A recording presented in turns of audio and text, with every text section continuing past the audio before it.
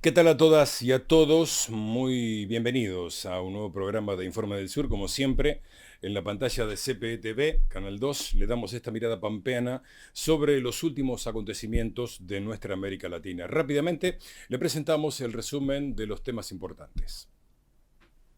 Esta semana veremos los resultados de la agenda electoral, la situación que atraviesan países de Sudamérica y Centroamérica en la pandemia, entre otros temas importantes, y comenzamos rápidamente con lo que nos tuvo en vilo varios días, que fue la elección de Perú. Pedro Castillo ha sido elegido finalmente como presidente de Perú, pero ¿qué es lo que se encontrará en su gobierno?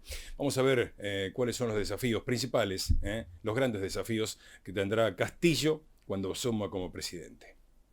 Con el 100% de las actas escrutadas, Perú tiene un nuevo presidente. El maestro rural y sindicalista de izquierda Pedro Castillo llega a la presidencia con una alianza con campesinos, ronderos y sindicatos que le permitió unificar al movimiento popular bajo la consigna de una asamblea constituyente y alcanzar el 50,2% de los votos. Enfrente, derrotada por tercera vez, Keiko Fujimori no aceptó los resultados oficiales, denunció fraude y ahora intenta impugnar unos 200.000 votos que de todas maneras no le permitirían alcanzar el triunfo. Las regiones del sur y la serranía votaron masivamente a Castillo. En Cusco, Ayacucho, Huancavelica o Tacna, el profesor obtuvo más del 80% de los votos. La proporción se invirtió en Lima, donde Keiko duplicó a su contendiente. Con un país dividido por contradicciones de clase, regionales y políticas, Pedro Castillo enfrenta dos opciones: o avanza con la reforma constituyente y transforma las reglas del juego, o se adapta a las reglas del statu quo, como sucedió con Ollanta Humala. Mientras tanto, el sistema económico neoliberal y la correlación de fuerzas regionales tendrá un fuerte sacudón. Castillo apuesta por una economía popular con mercado y la articulación de los proyectos populares de la región latinoamericana. Queda tiempo para saber qué pasará con su gobierno, pero lo cierto es que tras 30 años de crecimiento sin redistribución, ahora llega un profesor a caballo con la difícil tarea de ponerle fin a 3 décadas de neoliberalismo en el Perú. Bueno, continuamos con más informes del sur. Vamos ahora directamente a ver lo que sucedió en Chile, porque hubo elecciones y la derecha volvió a tener una nueva derrota. Vamos a ver cuál es el escenario tras el análisis que nos brindará aquí Oscar Laborde, por supuesto, quien es miembro argentino del Parlasur. Se votó en Chile una sucesión de elecciones que continuará, y de 16 gobernaciones, en 15 ganó la oposición. Solamente en una ganó la derecha. Esta es la derrota más importante de la derecha en toda su historia. Todo esto comienza con las luchas de octubre del 2019, en el Chile que parecía ejemplar, en el Chile que era el modelo, en el Chile que todo era bueno con la política neoliberal.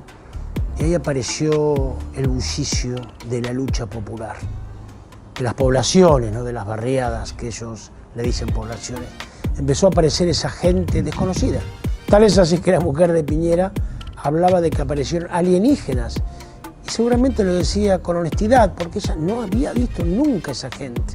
Las recluían a las poblaciones y bueno, la élite vivía muy bien. La protesta estalló, y como decimos en este canal, fueron por medidas neoliberales. Un aumento de metro de 800 pesos a 830, pero semana a semana concurrían a las plazas de Santiago y a otras los jóvenes, los pobres, y la exigencia fue tal que culminó con el llamado a reformar la Constitución. Eso no se había obtenido ni siquiera en 40 años, donde parte de ellos había gobernado el socialismo. Y se votó hace algunos meses cómo debería ser la representación. Y ahí la derecha sufre una derrota, solamente puede sacar el 23% de los votos, con lo cual no obtiene ese tercio para poder vetar. Y los independientes, la izquierda y la centroizquierda tienen un gran resultado. También se votó en las alcaldías, gran resultado para la oposición, para la izquierda, y se votó para gobernaciones ahora. La lucha llevó a que por primera vez se vote a gobernadores en Chile. Hasta ahora, esos 16 jefes de las regiones eran designados por el presidente. La lucha consiguió que se vote a gobernadores y ahora hizo este resultado muy interesante. La centroizquierda obtiene 10 de las 16 representaciones, 2 la izquierda dura, el Partido Comunista y el Frente Amplio, 2 los independientes, también de izquierda, expresión de las protestas, 1 los verdes ecologistas y uno a la derecha. Entonces, a lo largo del país, por primera vez va a haber gobernadores y, en este caso, opositores a Piñera. Toda esa fuerza expresada en la lucha, en la elección a constituyente y ahora gobernador, podría disputar en noviembre de este año la presidencia de Chile. Tendría todas las condiciones de poder, esa oposición unida, con primarias, saber a quién se respalda finalmente, derrotar al candidato de Piñera.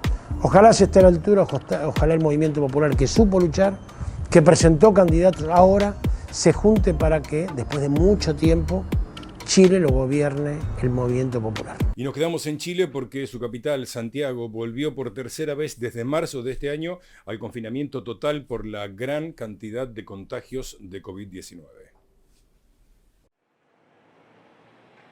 Santiago inició una nueva cuarentena total a causa de la pandemia.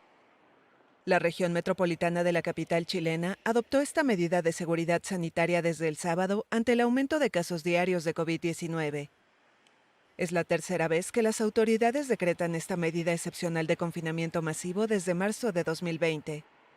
El rápido avance de la vacunación no ha evitado que los casos sigan aumentando. De los 15 millones de habitantes elegibles para vacunación, Chile ha inoculado a 11 con una dosis y a casi 9 millones en el esquema completo. Las restricciones afectan a más de 7 millones de ciudadanos, aunque contemplan excepción para las personas inmunizadas que dispongan de un pase de movilidad entregado por el gobierno que les permite circular en su municipio durante el día. Aún rige el toque de queda nocturno impuesto a inicios de la emergencia sanitaria. Chile registró el sábado 7.624 casos y 107 muertes por COVID-19, lo que suma un total de más de 1.400.000 contagios y más de 30.000 decesos. Y con esto, como siempre, hacemos una nueva pausa aquí en Informe del Sur.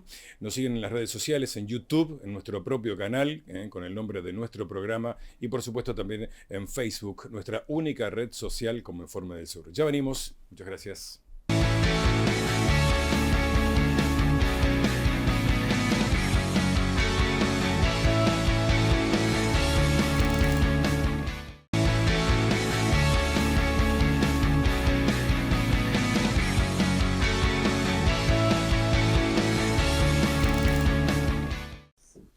Abrimos este segundo bloque con un tema muy profundo para todos los argentinos. Se cumplieron 39 años desde que finalizó la Guerra de Malvinas y, por supuesto, nuestro país en un acto, Argentina, en un acto, lamentó la militarización de las islas por parte de Reino Unido. Al mismo tiempo, el Parlamento Centroamericano respaldó el reclamo argentino precisamente sobre las islas con un recorrido por la historia de las mismas. Las llamas de la vigilia se encienden para mantener vivo el recuerdo de su entrega.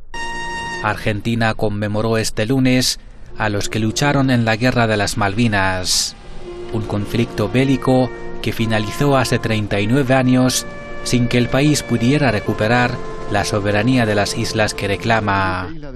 Para los soldados que estuvieron ahí, ese 14 de junio fue un día triste. Nace aquel 14 de junio. Yo creo que esa vuelta tan triste, esa vuelta escondida, esa vuelta con tantos dolores sobre la espalda de todos los muchachos, los que estuvieron en la flota, los que estuvieron en el aire, los que llegaron al continente, los que llegaron nuevamente a Buenos Aires luego de un mes de estar prisioneros en alguna isla en el medio del Atlántico. Historias que van apareciendo y que hablan de la heroicidad. Seguiremos reclamando Malvinas por las vías diplomáticas, con energía, porque además sabemos que es lo que más incomoda. A ningún país del mundo le gusta que se lo acuse de imperialista o de ejercer una situación de colonialismo explícito, como ejerce Gran Bretaña hoy en la Argentina, hoy con la Argentina. El ministro lamentó que unos 40 años después, Londres siga manteniendo la mentalidad de la guerra al impedir que Argentina reequipara a sus fuerzas armadas y al convertir las islas en un cuartel. Y haber convertido a Malvinas en un enclave militar, en una isla en donde hay tantos habitantes, tantos isleños, como soldados británicos. Haber mantenido permanentemente la situación de ejercicios militares claramente ofensivos para nuestro país, merece nuestro repudio y nuestra crítica y nuestra condena permanente. El gobierno de Alberto Fernández insiste en que busca una salida diplomática con el Reino Unido sobre las Malvinas. Sin embargo, lamenta la falta de voluntad en la contraparte.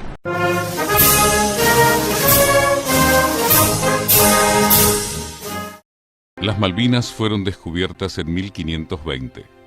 Según las bulas papales, pertenecían a España.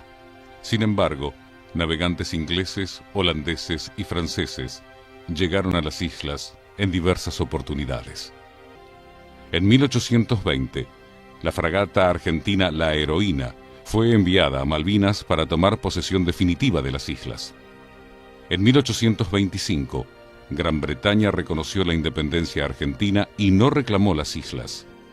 En 1828, el gobierno de Buenos Aires otorgó a Luis Bernet en concesión el puerto Soledad para que construyera una colonia. Para ello, llevó a 100 gauchos e indios de las Pampas hábiles en la cría de ganado. En 1829, Bernet fue nombrado gobernador de Malvinas. En ese mismo año, Gran Bretaña reclamó su derecho de soberanía sobre las islas, adjudicándose su descubrimiento. En 1833, tomó las Malvinas bajo su dominio, expulsando a las autoridades criollas.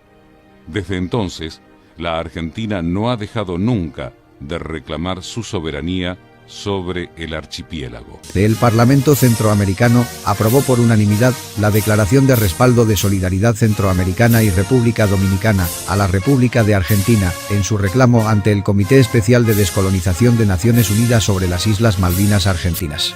La iniciativa de declaración de respaldo a la República Argentina en su reclamo de soberanía sobre las Islas Malvinas fue presentada por el honorable diputado Daniel Ortega Reyes, de la bancada de Nicaragua ante el órgano regional.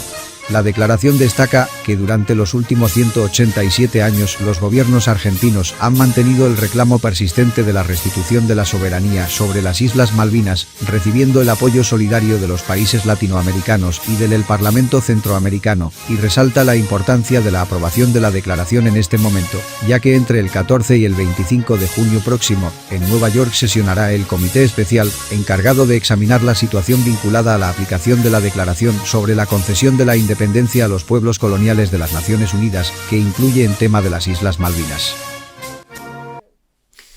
Continuamos en Informe del Sur, un programa, con recuerdos realmente lamentables, ¿sí?, de la historia de nuestro país, porque se cumplió un nuevo aniversario del bombardeo a Plaza de Mayo en el año 1955, uno de los tantos atentados invisibilizados, ¿sí?, aquí en nuestro país.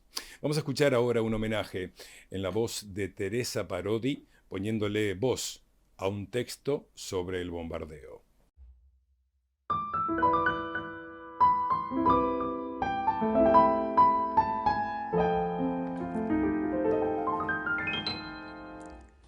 Dieron un beso a sus mujeres castas, iluminados por la luz de un Cristo envenenado en aguas militares, cruzados de una causa imperdonable, inmolación del pueblo por revancha.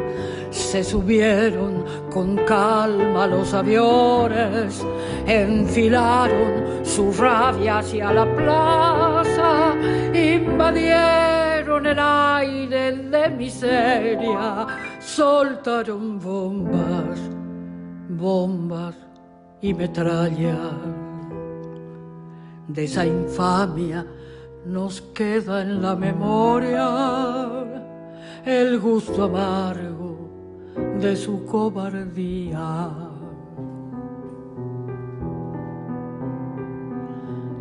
Jamás la sangre fue tan inocente, un mar de vidas rotas, desgajadas. No ha terminado aún esa matanza, iluminadas por la luz del odio. Oscuras bombas, otras nos desangran. De esa infamia nos queda en la memoria el gusto amargo de su cobardía.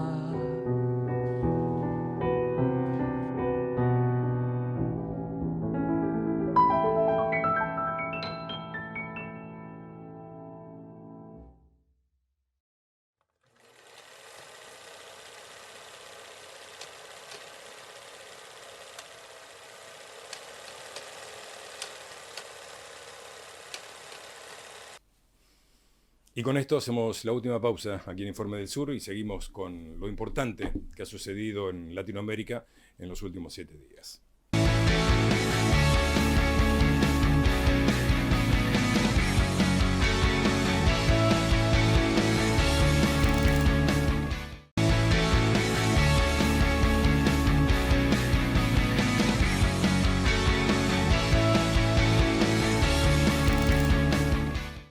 Abrimos este bloque comentándoles lo que ha sucedido en Colombia, por lo menos en los últimos días, porque el Comité de Paro decidió frenar por lo que resta del mes las protestas en las calles, precisamente para buscar otras formas de manifestación contra el gobierno de Duque. Lo vemos. Un respiro para el gobierno de Iván Duque. El Comité Nacional de Paro en Colombia anunció la suspensión de las movilizaciones hasta el 20 de julio. Hemos decidido hacer una interrupción temporal de las movilizaciones recurrentes que veníamos haciendo los miércoles. Eso no significa que la movilización social se pare en Colombia. El comité, surgido en 2019, está integrado por sindicatos, estudiantes, indígenas y organizaciones sociales. Es el frente más visible de las protestas que estallaron el 28 de abril contra Duque, pero no representa a todos los sectores inconformes. Los manifestantes exigen al gobierno un cambio de rumbo a sus políticas, el cese de la represión policial y un Estado más solidario ante los estragos causados por la pandemia, que ha hundido en la pobreza a 42% de la población. Al menos 61 personas han muerto desde que iniciaron las protestas y unas 2.500 sufrieron lesiones, según autoridades y la Defensoría del Pueblo. El comité anunció que a lo largo del próximo mes de suspensión de las manifestaciones recogerán los reclamos de la comunidad y convocó para el 20 de julio a un concierto y a una gran movilización en el Congreso para entregar proyectos de ley. Cruzamos el charco y nos metemos con lo que pasa directamente allí en Uruguay, porque hubo una decisión de su presidente, Lacalle Pou, que alertó a la oposición. Se trata nada más y nada menos que del intento, ¿sí?, del intento de privatización del puerto de Uruguay, por el cual ingresan y salen todos los productos. Pero veamos más en el siguiente informe. Secretas entre el principal operador privado del puerto de Montevideo, la empresa belga Catornatí, y el gobierno uruguayo, la administración dirigida por Luis Lacalle Pou se encamina a cerrar un acuerdo para privatizar la terminal de contenedores del puerto de Montevideo por los próximos 60 años. La oposición ya manifestó su rechazo. Nosotros decimos que esta negociación fue una negociación donde hay una falta de transparencia total, es una negociación oscura, porque se está creando un monopolio y se está privatizando el ingreso y la salida de contenedores al puerto de Montevideo. El operador belga de terminales portuarias Qatar Nati, que opera en el puerto de Montevideo desde hace 20 años, se quedará con la operativa exclusiva de la terminal de contenedores hasta el año 2081, a cambio de una inversión de $455 millones en la expansión de la propia terminal de contenedores y de desistir de un anunciado juicio por $1.500 millones. El acuerdo también generó rechazo de los trabajadores portuarios. La mercadería, el 90%, entra y sale por los puertos. Es decir, que todos los productos que tenemos en nuestros hogares, en los supermercados, es porque entran y salen por los puertos. Que eso quede a criterio meramente de un empresario de capital privado que no tenga una mirada nacional, país, de desarrollo país, es muy grave, porque quedamos todos los uruguayos a expensas de lo que quiera una empresa multinacional que entre y que salga a nuestro país, a nuestros hogares, a nuestras ciudades, al desarrollo de nuestras industrias. El acuerdo dará origen a una terminal especializada que al menos duplicará su capacidad anual y permitirá atender buques de 400 metros con un único beneficiario. Además, es muy probable que este acuerdo traiga juicios por parte de otros operadores portuarios. Sin lugar a dudas, eso nos abre acá un abanico de juicios y una serie de complejidades. Fue un muy mal acuerdo en el que llegó el gobierno del presidente Lacalle, que está hipotecando el futuro del país. Los trabajadores presentaron un recurso para declarar ilegal el acuerdo, pero estos están pendientes de resolución. La oposición política maneja varias acciones legislativas que incluso podrían llegar a interpelar al ministro de Transporte y Obras Públicas. Muy bien, nos vamos a Guatemala porque se encuentra en el pico más alto desde que inició la pandemia hace ya más de un año. Parecido, bastante parecido a lo que viven otros países de Centroamérica por el mal manejo de la pandemia, y ha generado un gran malestar en toda la población que no recibe precisamente cobertura médica en la gran mayoría de los casos. Guatemala atraviesa una aceleración de contagios por coronavirus sin precedentes. Los hospitales sin espacio ni medicamentos. La crisis ha llegado a tal grado que los pacientes deben comprar su propia medicina para ser tratados. La viceministra de Salud fue citada al Congreso para que rinda un informe sobre la precaria situación. Estamos en el pico más alto de contagios. Tenemos la capacidad instalada full de los hospitales, con un agravame más, que los medicamentos no están disponibles al 100%. La Procuraduría de Derechos Humanos realiza supervisiones periódicas en los centros de atención y los informes dan cuenta que ni siquiera hay en existencia reactivos para la detección de coronavirus. Tenemos más de 6 semanas de tener un desabastecimiento importante de pruebas, tanto en los centros de salud como en los laboratorios móviles. Esta es una situación que también se está dando en los hospitales. Por ejemplo, en el hospital de Villanueva estamos investigando denuncias que desde el 17 de mayo el laboratorio no tiene reactivos para realizar el PCR. El mal manejo de la crisis sanitaria ha generado malestar en la ciudadanía. Las protestas han subido de tono debido a que no se ha podido avanzar en la adquisición de vacunas por falta de una adecuada gestión, además del descontrol en la aplicación de las pocas que han llegado al país. La saturación hospitalaria impide que en la mayoría de casos los pacientes con COVID puedan ser recibidos. La orden es regresarlos con receta en mano. De esa cuenta, muchos pacientes graves fallecen en sus hogares y son enterrados bajo dictámenes distintos a las causas reales. Muy bien, amigo, con esto llegamos al final de Informe del Sur. Como siempre, como cada semana, le hemos contado lo más importante que ha sucedido en los últimos días en nuestra Latinoamérica, siempre desde una mirada pampeana y en Canal 2 de la CPTV. Muchas gracias y hasta la semana que viene.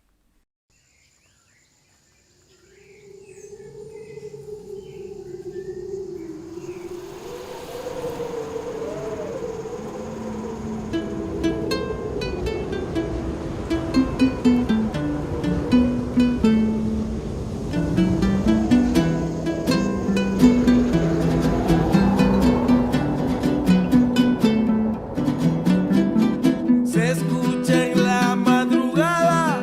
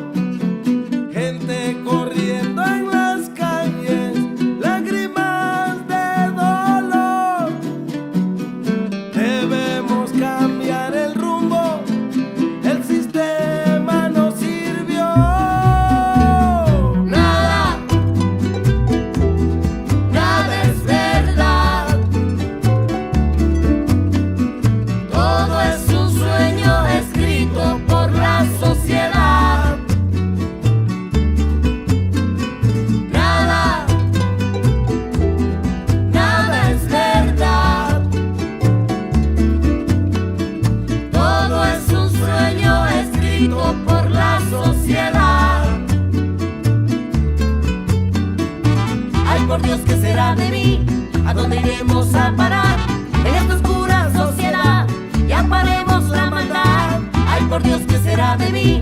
¿A dónde iremos a parar? En esta oscura sociedad ya paremos la maldad.